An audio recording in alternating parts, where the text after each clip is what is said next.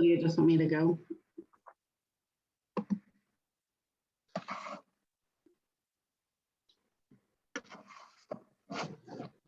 Hello. Today our group will be sharing our findings on methamphetamine in the human brain. I will begin our presentation by sharing an overview of methamphetamine, statistics, significance, as well as why we chose this topic. Lauren will then share her points on literature review, research, short and long-term effects on the brain, and Emily will report her findings of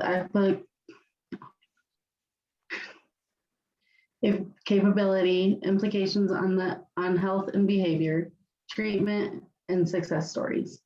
Brian will conclude our presentation with a faith perspective, redemption, and conclusion. Next slide. A general overview of methamphetamine. Methamphetamine is a man-made central nervous system stimulant. Methamphetamine is a substance used by smoking or injecting for a faster, harder high, or for a slower, no-rush high by snorting or ingesting. Methamphetamine is a very addictive drug. Methamphetamine is a drug that can be produced in a home environment, which makes it more accessible. The ingredients, although monitored, can still be bought over the counter. Methamphetamine has both short-term and long-term effects on the brain. Next slide. According to Drug Abuse Government website, in 2017, the NSDUH stated approximately 1.6 million people used methamphetamine in the past year. This includes adults as well as children over the age of 12.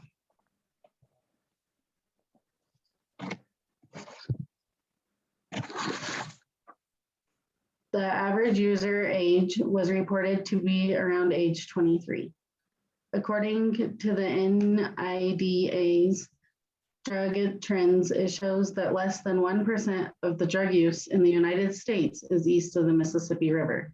Therefore, there's a higher drug use in the Western states. Statistics also show that from meth use, death has increased over the past decades, as you can see in the next slide.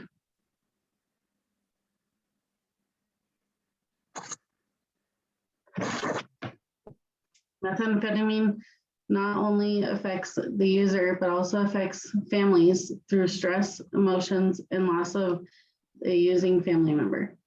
Methamphetamine not only can cause death, but long-term effects causing both mental and physical disabilities. Methamphetamine is also related to the loss of jobs and other abilities to meet daily needs. Next slide. Why we chose this topic. One reason I chose this topic was because I believe many people are affected by meth. I have personally seen how loved ones can react and how that affects their brain and their functioning of the brain, and I would like to learn more. Emily is interested in this topic for a few reasons. Her dad was a retired narcotics cop. 2, she has many family members with various types of addiction. And 3, the church she grew up in always seemed to shame those with addiction instead of helping them. Brian shared his primary reason for wanting to do this particular topic is that he works with a lot of people who are addicted to methamphetamine. Typically, by the time he comes across them, they are pretty far gone. In most cases, these ones he interviews tells him they use meth for a form of self-medication because they do not want to take psychotropic drugs. He is hoping to discover some sort of connection between mental health and mental illness and the use of meth. And lastly, her reasoning for choosing this topic is because her practicum is in substance abuse, and she wanted to increase her understanding of the effects of meth on the brain. I'll now turn the slide over to Lauren to share her plan.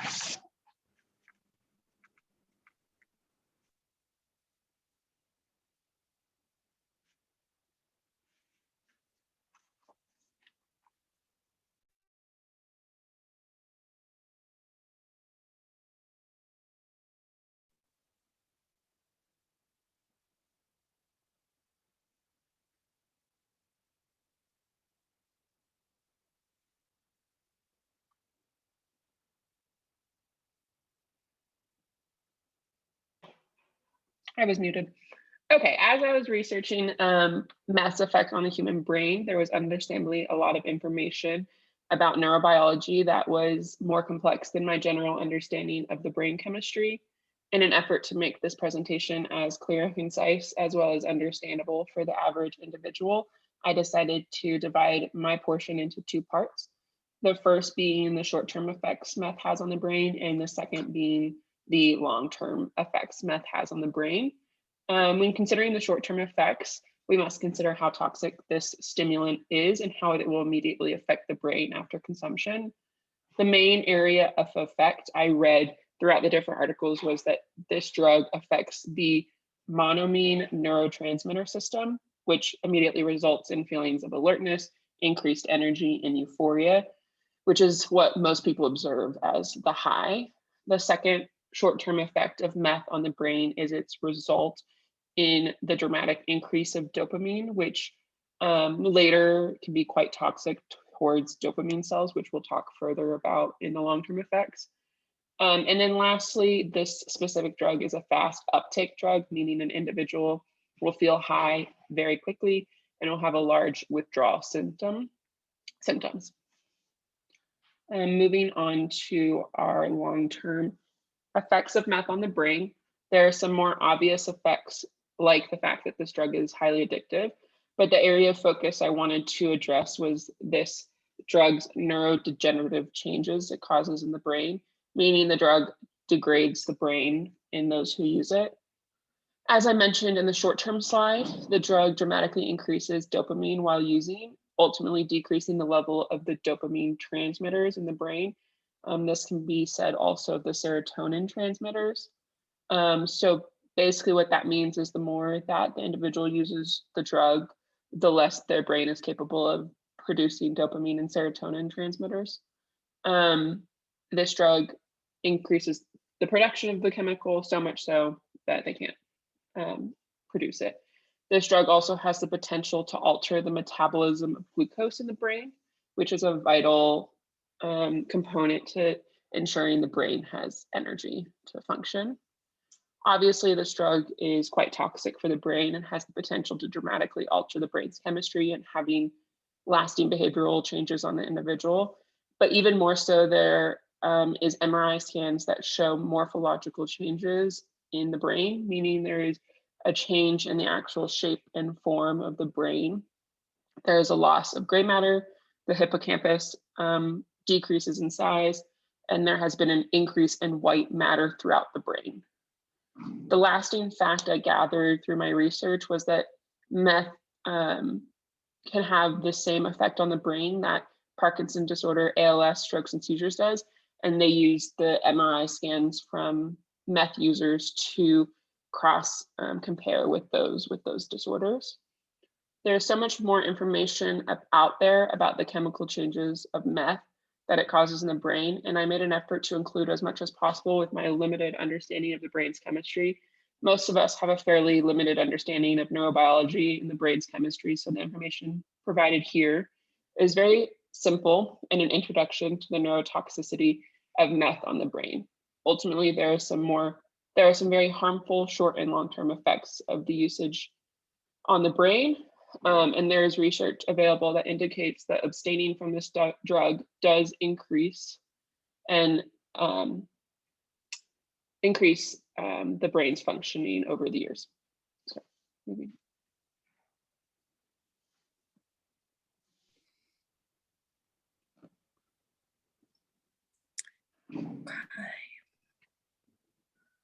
The effects of methamphetamine abuse and addiction are far-reaching.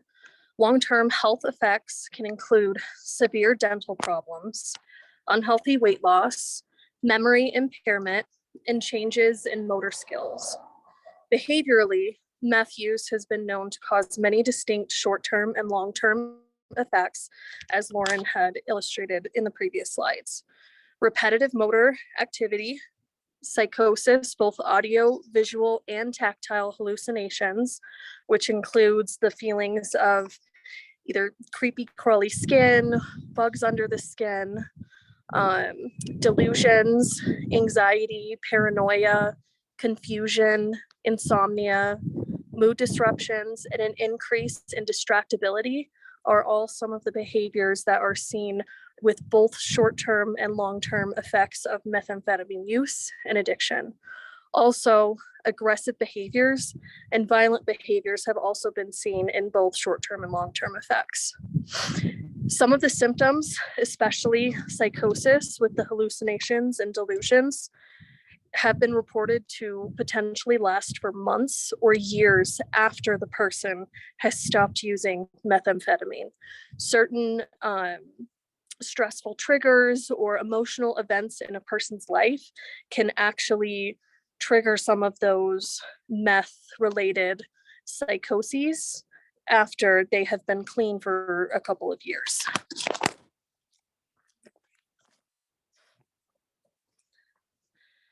For lifestyle, those who have been wrapped up in a methamphetamine addiction are at risk for unstable housing, unemployment, child protective services involvement, financial difficulties, and social relationships that are centered around the substance use. There is a cycle of a negative lifestyle because the addiction often leads to negative outcomes like the ones I mentioned above, which will then again lead to more stressful situations, which lead to more substance abuse. So it really is a vicious cycle when it comes to addiction, and especially with methamphetamine addiction.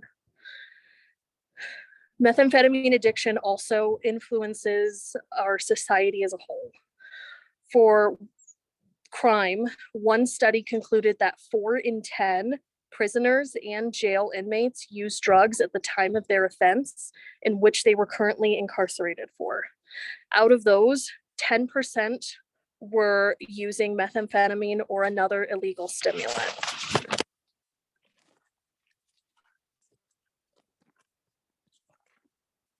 Within the US prison system, roughly 15 to 30% of inmates, depending on which demographics you're looking at, have admitted to regularly using methamphetamine.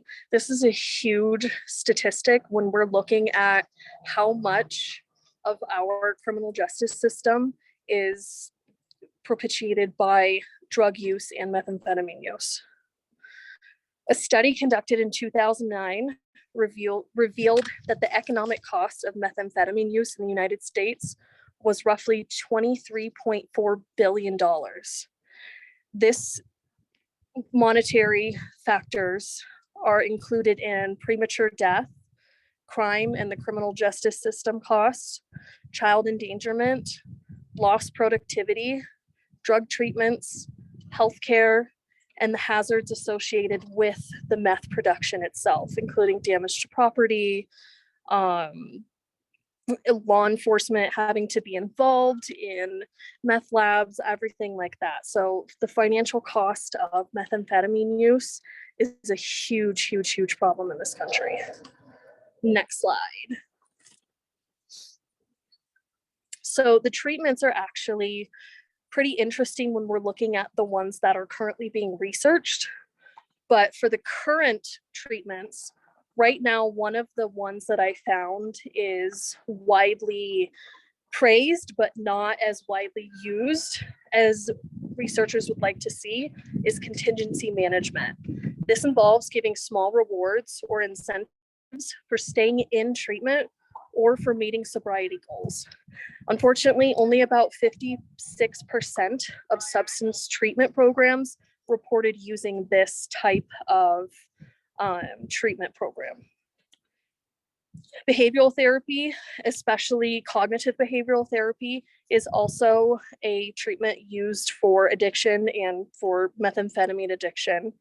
It's unfortunately long and intensive, which is kind of a put off for individuals who would be referred to that type of treatment. So a more manageable, brief version of cognitive behavioral therapy has been invented to help, especially with addiction. Psychological treatments like these are proven to be successful, especially when it's in a live-in environment. But unfortunately, residential facilities have decreased over the years, and the ones that are left are either very, very expensive or very exclusive to a certain demographic of the individuals. All right, so medication assisted treatment. Currently, I found this was actually really interesting but sad. Currently, there is not one sole drug that is effective in treating methamphetamine addiction. There's the combination of psychoactive drugs and therapies that can help, but there is not one specific pharmacological solution to methamphetamine addiction. There's methadone, which is used for managing the withdrawal symptoms, but it's not successful in treating the actual craving for the drug itself. The researching treatments. So these treatments are actually being researched right now. The first one that you'll see in the picture there, which looks very violent, but it's actually not, is a non-invasive treatment that's currently being used for different psychological issues. So it is transcranial magnetic stimulation. Right now it's being used for depression, schizophrenia, bipolar disorder, OCD, and PTSD. And addiction studies are in the very early stages, but are showing some promising results. Transcranial magnetic stimulation, or TMS for short, targets the brain circuits by sending pulsating magnetic stimulation through those little circular rods in through the skull into the brain. It's non-invasive, it's outpatient. The person just comes in and has a consultation with a psychiatrist that does brain mapping, and then they can schedule an appointment to do just a quick session. And I think they do it like 3 times a week, roughly. But it targets the brain circuits rather than the brain chemicals. So when we're looking at, medication assisted, we're looking at targeting the chemicals in the brain, versus what TMS does is targeting the actual circuits. So the fluctuating magnetic pulses are applied to the head, and they are thought to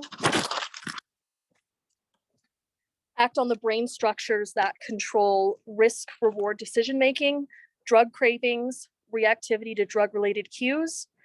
And because, like Lauren said, decreased dopamine function has been linked to addiction, TMS may be successful in treating addiction by increasing the dopamine activity in the cortical, striatal, and limbic brain regions. The vaccine and antibody treatment is another thing that I had never heard of, but I thought was very interesting. So right now, there is an antibody-based vaccine that's currently being studied to help block the addiction-related receptors in the brain. Also, a combination of naloxone, which is currently used for opioid addiction management, and Wellbutrin, which is an antidepressant, is currently being studied within the last couple of years. The study that I read, they started in 2018, and they're still this year wrapping up some of the studies with that drug combination. Next slide. So unfortunately, the success stories of those who have recovered from methamphetamine addiction are not broadcasted as much as the tragedies of addiction are. This here is a picture of Brent and Ashley Walker. They did an interview with Good Morning America in 2019. So the picture on the left was in 2016 when Brent and Ashley were in the midst of a methamphetamine addiction. They were dangerously unhealthy, extremely skinny, and obviously, wrapped up in the criminal justice world. And then on the right, you have in 2019, this is Brent and Ashley, now after being sober for over 2 years. Brent was a drug dealer at the age of 21 years old, and Ashley was his customer, and that's how the two met. Brent had actually gone to prison for selling drugs. And when he got out of prison in 2017, the fear of popping positive on a drug test while on probation pushed him to recovery. He and Ashley both attended a church-based recovery program, and Ashley attended a Christian addiction treatment center in Tennessee. Brent, since becoming clean, Brent has gotten his GED, and both of them are using their platform to bring awareness to the successes that can be made if you become clean from methamphetamine addiction. And we're going to pass it on over to Brian, who's going to finish it up for us. Thank you, Emily. Oftentimes, churches end up being the first line of defense with recognizing and treating those who are addicted to methamphetamine and other drugs. By hosting such things as Narcotics Anonymous, Alcoholics Anonymous, and Celebrate Recovery, churches are putting people on notice that all are welcome. Programs such as those just mentioned often promote the acceptance of a higher power and the important concept of forgiveness. For those who lack a sense of purpose in life and may use that as a crutch to prevent them from recovering, having a concept of who God is an important part of recovery. Understanding that God forgives us for our transgressions can help be beneficial in helping the addicted understand that to forgive others, they first must forgive themselves. The Bible commands us in 1 Corinthians 6:19-20 to treat our body as a temple, and stating, "Do you know that your body is a temple of the Holy Spirit within you, whom you have from God? You are not your own, for you were bought with a price. So glorify God in your body." Without a solid understanding of the massive sacrifice that God made by sending his only son to the cross, there's a general lack of understanding of the value of our bodies.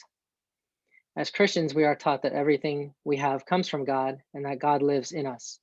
Our actions should demonstrate that we are caring for him in all that we do, as well as caring for the body that he has allowed us to have. The effects, both short and long-term, of methamphetamine use are extremely detrimental to the same body that we are tasked with taking care of. In 1 Corinthians 10:13, it says, "No temptation has overtaken you that is not common to man. God is faithful, and he will not let you be tempted beyond your ability, but with the temptation, he will also provide the way of escape that you may be able to endure it." This often misquoted and misused scripture says a lot about who our God is. As stated in James 1:13-14, "Let no one say when he is tempted, I am being tempted by God. For God cannot be tempted with evil, and he tempts no one. But each person is tempted when he is lured and enticed by his desire." The addictive power of methamphetamine, which is the work of the devil, is what draws people away from God and into temptation. With evil, the evil one will always provide an easier way to deal with our pain, but God will come in behind him and provide you a way to escape the evil one. He can show you the way to escape the addiction and the temptation if you focus on his voice and not that of the evil one. The idea of forgiveness is so important in one's ability to redeem themselves. We need the strength of God to begin the process of forgiving ourselves. We are not required to forget our past wrongs before we can begin to forgive others or forgive ourselves. We can be encouraged by the words in Psalm 29:11. "May the Lord give strength to his people. May the Lord bless his people with peace." God wants us all to be at peace with one another and peace with ourselves. The detrimental effects of methamphetamine use prohibit the user from being at peace. As Christian counselors or counselors who are Christians, it is beneficial to help our clients to understand that our strength comes from the Lord. He gives us the strength we need to overcome addiction and anything else that we are facing. Ephesians 1:7 says, "In him we have redemption through his blood, the forgiveness of our trespasses according to the riches of his grace." Jesus paid the ultimate sacrifice that we may be redeemed for our past sins. Regardless of the sin, through his sacrifice, we are forgiven. Next slide, please. To conclude our presentation, as we have said throughout this presentation, methamphetamine is a very powerful drug. The detrimental effects, both short and long term, are not worth the risk. The usage of meth not only affects the user, but it also affects the community and those who are close to them. Though easy to synthesize in your own home at a low cost to the user, its addictive properties make it not worth it. Treatment options exist, and there are many great success stories about people who have overcome their addiction. A return to Christ is a great place to start the road to recovery. For further information on our research, the references are attached on the next two slides. Thank you for joining us.